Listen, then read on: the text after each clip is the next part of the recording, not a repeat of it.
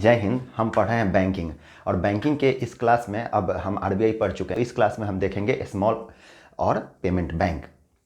देखिए small banks जो भी हैं, पीछे कल भी वीडियो में हमने बहुत सारे स्मॉल बैंक्स के बारे में देखा था, मतलब स्मॉल बैंक्स को समझा था कि ग्रामीण इलाकों में वित्तीय समावेशन, फाइनेंशियल इंक्लूजन को कैसे आगे बढ़ाया जा सकता है। इसका कहने का पीछे मतलब तर्क क्या होगा, क्या सोच रही होगी इनकी स्थापना के पीछे।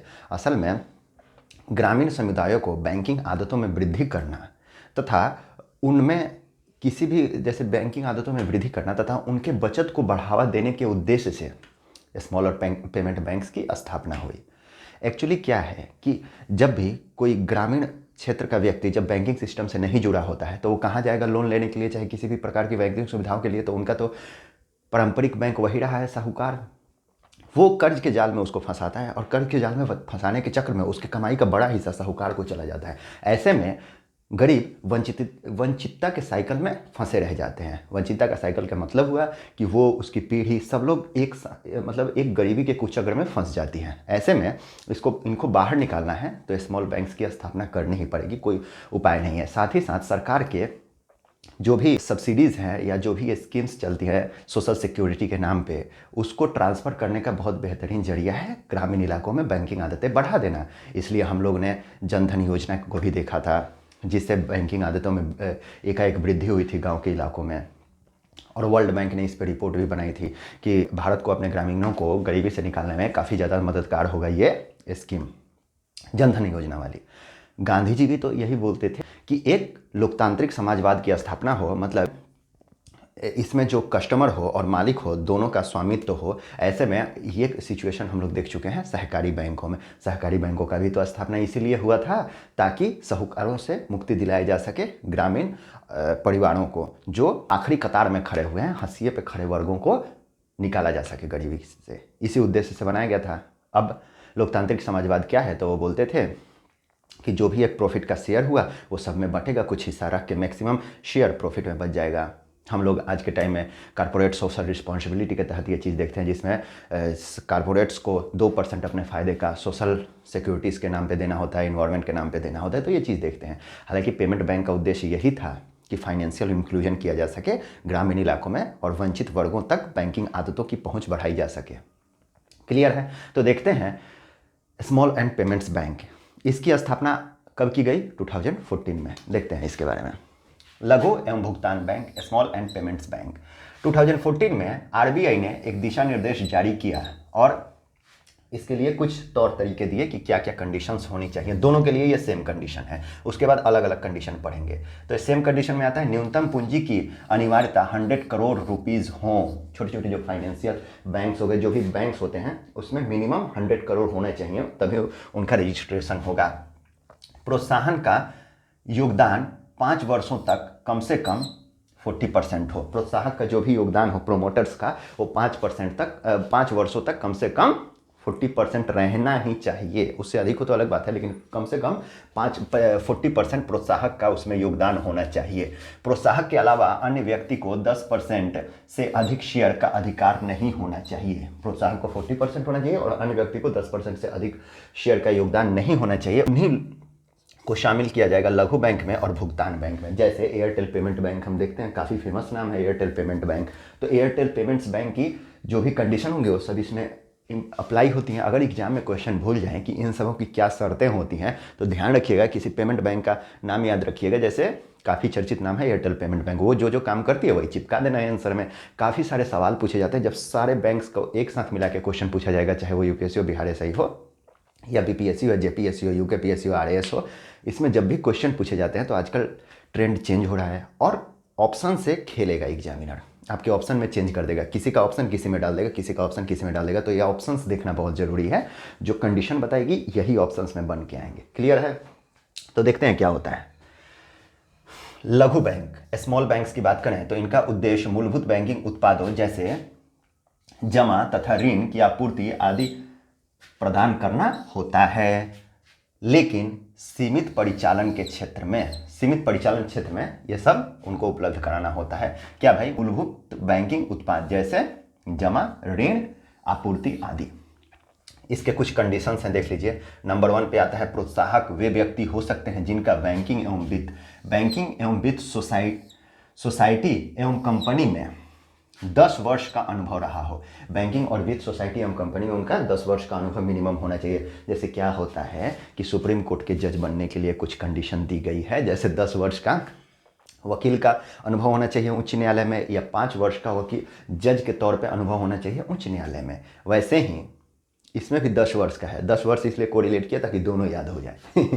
क्लियर है? पॉलिटी जब पढ़ाई जाएगी तो उसमें बताई जाएगी ये बात है। 10 वर्ष का अनुभव होना चाहिए किसमें भाई? बैंकिंग एवं वित्त सोसाइटी एवं कंपनी में 10 वर्ष का अनुभव होना चाहिए। शुरुआती 3 वर्षों के लिए शाखा विस्तार करना है तो पूर्वानुमति मांगनी पड़ेगी इनको। कोई भी अगर शाखा खोलनी है कहीं और तो पूर्वानुमति इनको मांगनी पड़ेगी। क्लियर है? कितने वर्ष के लिए भाई? 3 वर्ष के लिए। ये सहयोगी संस्थाएं नहीं स्थापित कर सकते हैं क्या? नहीं। ऑप्शन में देगा ये सहयोगी संस्थाएं स्थापित कर सकते हैं और बोल देगा कि इनमें से कौन सा करेक्ट है। 1 करेक्ट है, 1 2 3 2 2 4 ये करेक्ट है, क्या करेक्ट है, तो ऐसे दे सकता है। तो पहले 3 वर्ष तक तो खोलने के लिए उनको, शाखा विस्तार के लिए उनको पूर्वानुमति चाहिए, तो यही बोल देगा कि मिल सकता है, नहीं चाहिए या चाहिए करके बना देगा। या फिर 10 वर्षों का अनुभव होना चाहिए, इस पर भी क्वेश्चन बना सकता है। बड़े ही इंपॉर्टेंट ये सारे पॉइंट्स हैं। क्लियर? नहीं स्थापित कर सकते, ये सहयोगी संस्थाएं स्थापित नहीं कर सकते जो गैर बैंकिंग सेवा गतिविधियों में शामिल हो, मतलब गैर बैंकिंग सेवाएं गतिविधियां चलाएं, वो सहयोगी संस्थाएं स्थापित नहीं कर सकते। मान लीजिए आप पेमेंट बैंक के नाम पे रजिस्ट्रेशन कराए हैं स्मॉल बैंक्स के नाम पे और कुछ और काम करने लगे तो ये फिर ये नहीं चलेगा। वही करना है जिसके लिए रजिस्ट्रेशन होगा। स्थापित नहीं कर सकते जो गैर बैंकिंग सेवा गतिविधि चलाए। उसके बाद मुख्यतः यह सूक्ष्म उद्योगों को 25 लाख तक ऋण एवं अग्रिम में ऋण पोर्टफोलियो का 50% तक दे सकते हैं। ऋण पोर्टफोलियो का अग्रिम के रूप में 50% दे सकते हैं और ऋण के रूप में 25 लाख तक के रकम दे सकते हैं। पहले 3 वर्षों में शाखाएं बैंक रहित ग्रामीण क्षेत्रों में होनी चाहिए।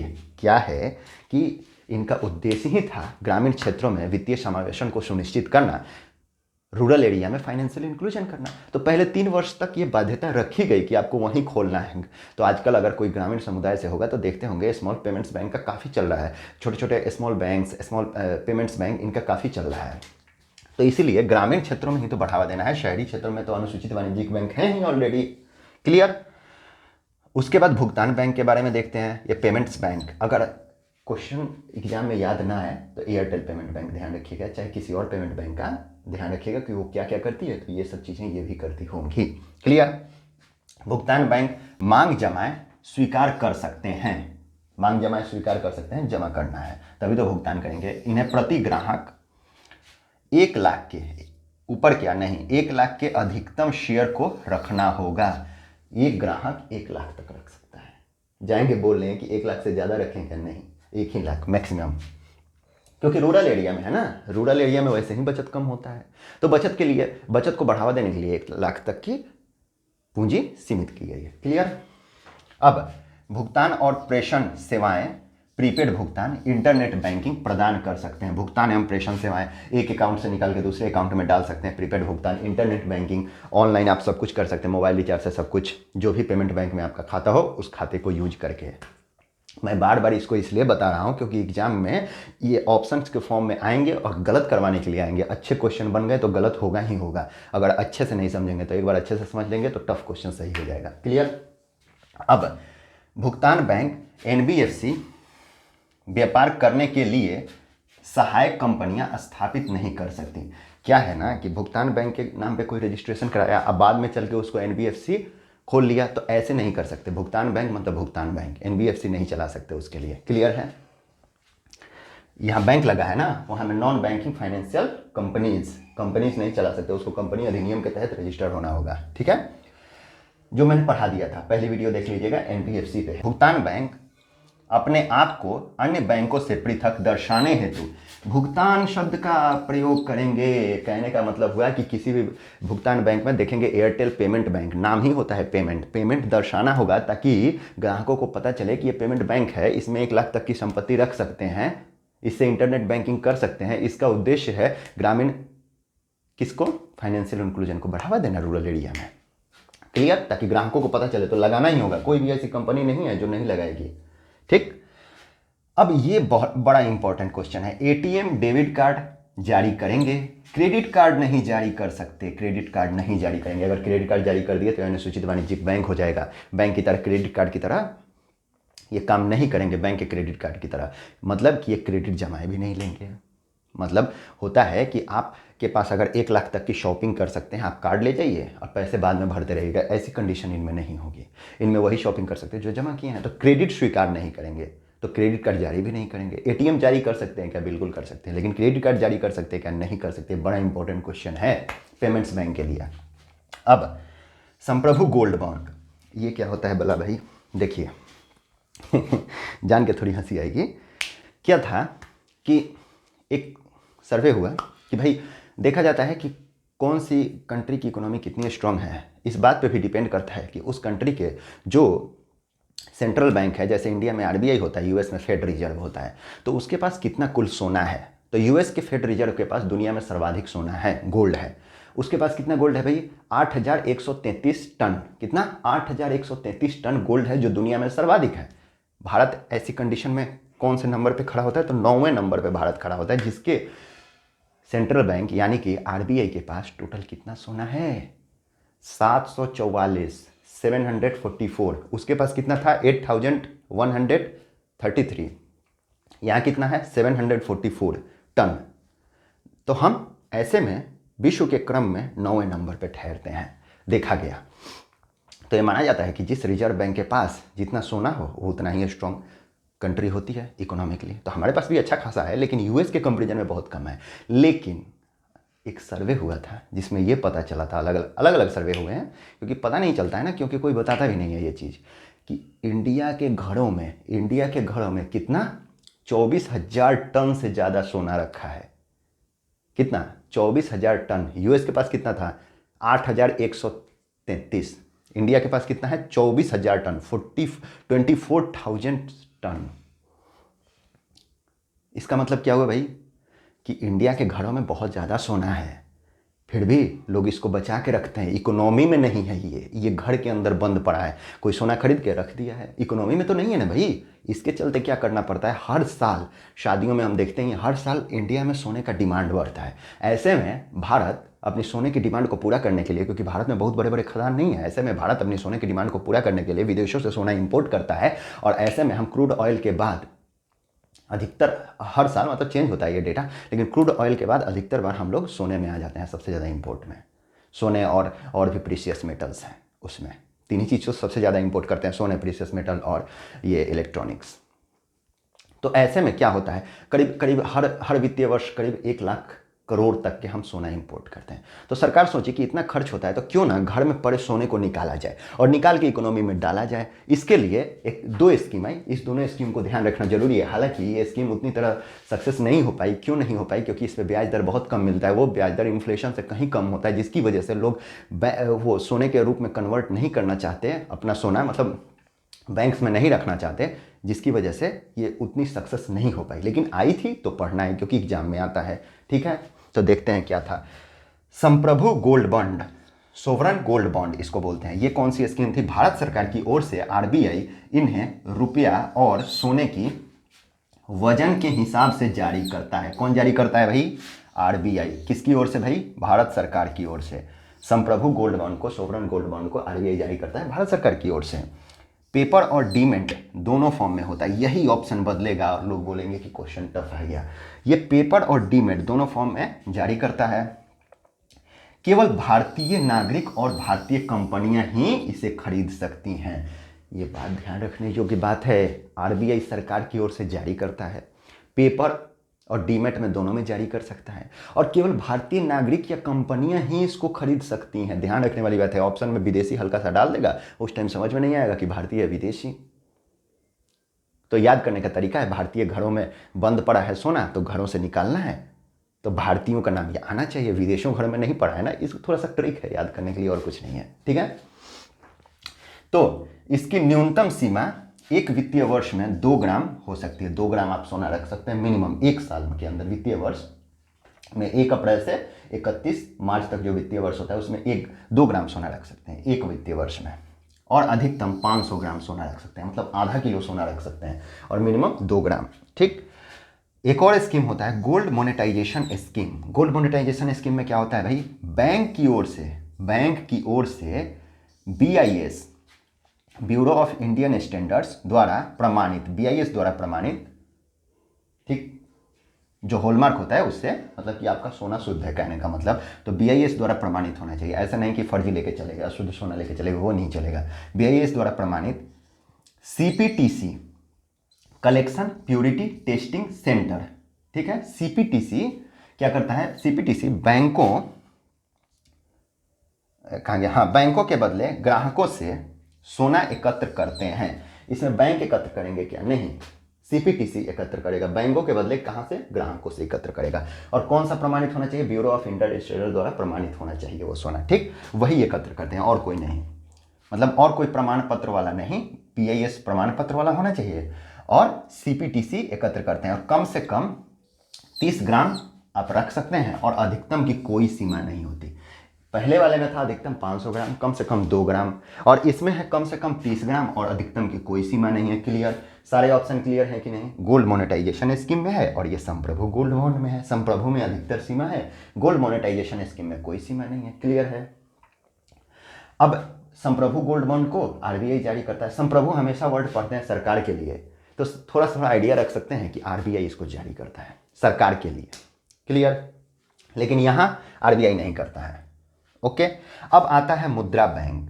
ये मुद्रा बैंक क्या है भाई, इसमें देखिए क्या है ना कि सरकार बोलती है कि बड़ी कंपनियां जो हैं अधिकतम 1.5 करोड़ लोगों को ही रोजगार प्रोवाइड करा सकती हैं, लेकिन छोटी छोटी MSMEs हैं, ये क्या करती हैं कि ये लगभग 12.5 करोड़ लोगों को रोजगार प्रोवाइड कराती हैं। मतलब इंडिया में अधिकतर लोग मध्यम वर्ग के हैं या निम्न मध्यम वर्ग के। ऐसे में जब MSMEs आगे बढ़ेंगी और लोग खुद का रोजगार भी खोलेंगे, साथ ही साथ कम से कम 1 लोगों को रोजगार भी देंगे।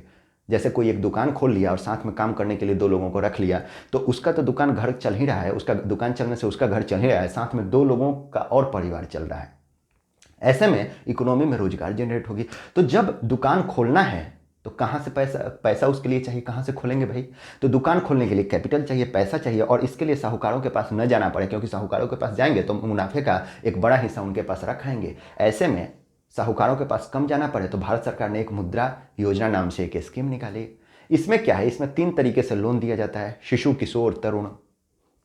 क्लियर है। इस हिसाब से, इसके हिसाब से जैसा आपका बिजनेस खोलना है, जैसे रेडी ठेरी लगाना है तो 50,000 तक लोन लीजिए, थोड़ा सा बड़ा बिजनेस करना है तो 10 लाख तक लोन लीजिए।